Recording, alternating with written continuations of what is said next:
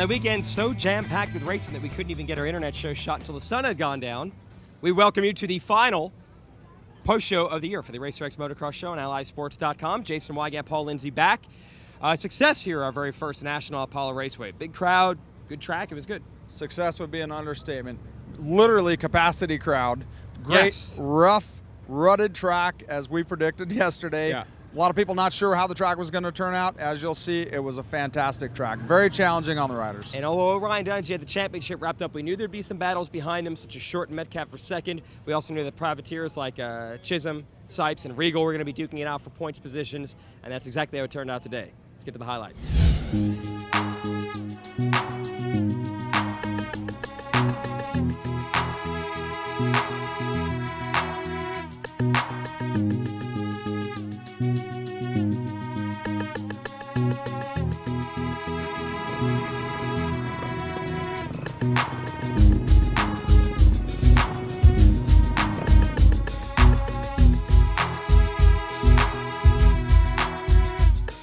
450 Moto 1, take a wild guess, fans. Who's going to grab the whole shot? Look who it is, Paul.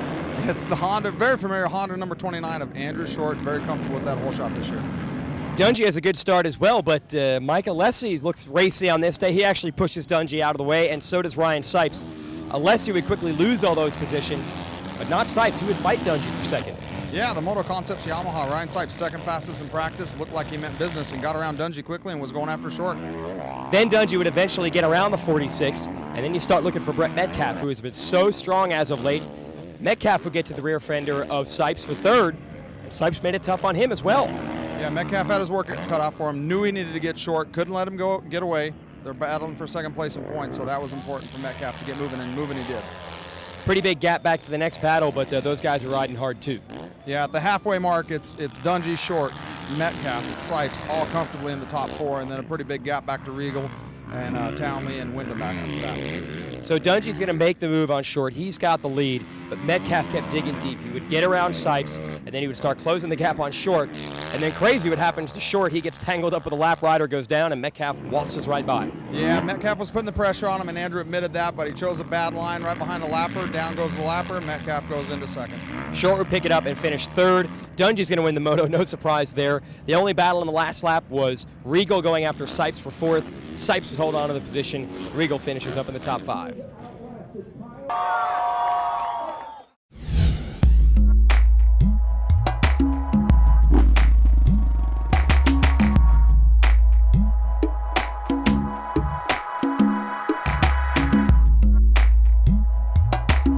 Moto number 2, Brett Metcalf, second in Moto 1, wants that first overall win.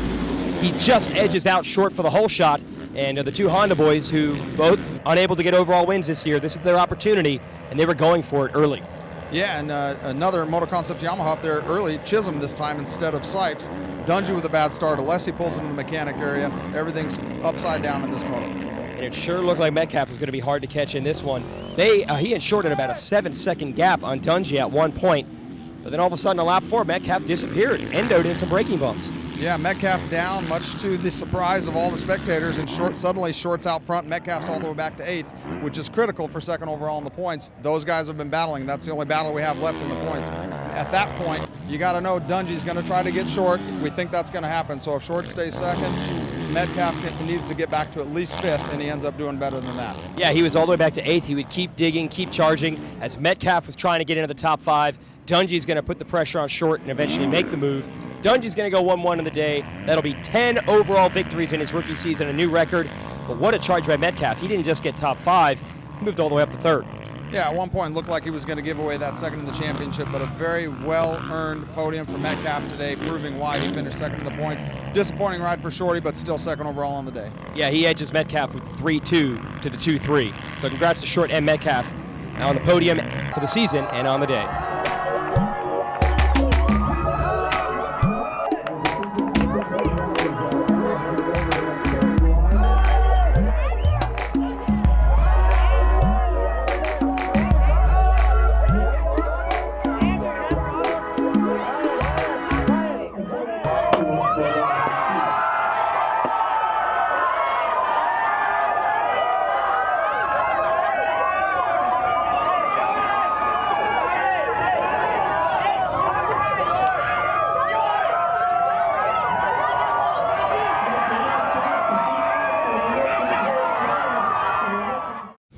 Yeah, the brand new racetrack was the best part. I think they did an awesome job. The track was a lot of fun. I never was a big fan of Glen Helen, but this place seems like they're really proactive and into it, and I enjoyed it. And it was cool to see all the fans and the whole atmosphere, so that aspect was cool. My goal for the day was beating Brett and getting second in points. Obviously, an overall is important, and I wanted to win. So, I was going after two things, but Dungey was really solid today, and he made it look easy like always. So it's just good to finish the season strong, and looking forward to Motocross the Nations now.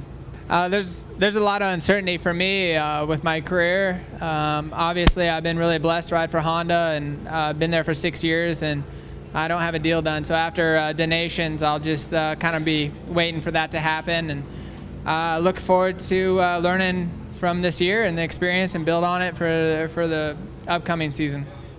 Yeah, I got the whole shot, which was awesome. Finally pipped Andrew for a whole shot, which was nice, and I felt good up front. Then it was just like I said, I was looking for a better line coming down the downhill and hit a soft spot on the track. There's a lot of soft spots, and kind of hit a soft spot, and at the same point hit a braking bump and just nose wheelied and got all out of control, and I think I went over the bars down on that downhill, so it kind of didn't work out so well for me. Yeah, it's the Nations coming up in a couple weeks, so looking forward to having a couple of days off. The lights are going down on me. Prices are going up. Yeah. Looking forward to the Nations. I think we've got a pretty good team. I'm pretty confident about our guys. I think it's going to be an enjoyable event as always. And actually, I just want to give a shout out while I got a chance to the winner of my T-shirt contest. So I don't know if the camera can see it, but lights.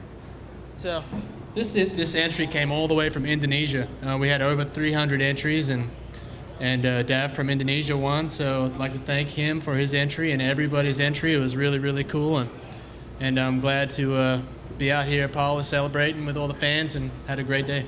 I don't have, right now I have no comment on next year, so, I'll definitely be racing here in America. That's my plan, and we'll see where we go. For me, it's, you going into it, yeah, it's rough, and there's a lot more room for error, but at the same time, it takes more physical fitness and mental too. So I think, as it wears on, I feel like, I train in hot weather and prepare for the tracks like this, and I think a lot of the time over the years it's been smooth, so having these rough tracks has been an advantage, and it brings out, the hard work of the teams, with the bike setup. If we've been putting in the time, if I myself have been doing my homework, and everything kind of starts showing when it gets to that point and the track's rough and it's hot, and therefore, there've been a lot of people that have gotten me here, aside from accomplishments and stuff like that. I think there's been a lot of people behind me, and therefore Fox, the Fox has really stepped up since 2009 beginning with everything going on, and it's been a company I've wanted to be a part of my whole career, so to have them on my side, really fortunate. Nike's always, stepped up this year, made a boot. I've been with Nike since for 6 years now. I've been amateurs into this year, so it's been quite great working with them, people like that, and who everybody gives it their all. And Target stepped up, and I wear it on my helmet and my palm, but it's more than that. It's the relationship we have, and they got that bus out there for me, and been a huge help. I think a lot of riders will tell you at the track, getting that little bit of extra time, relax, and so thanks to them.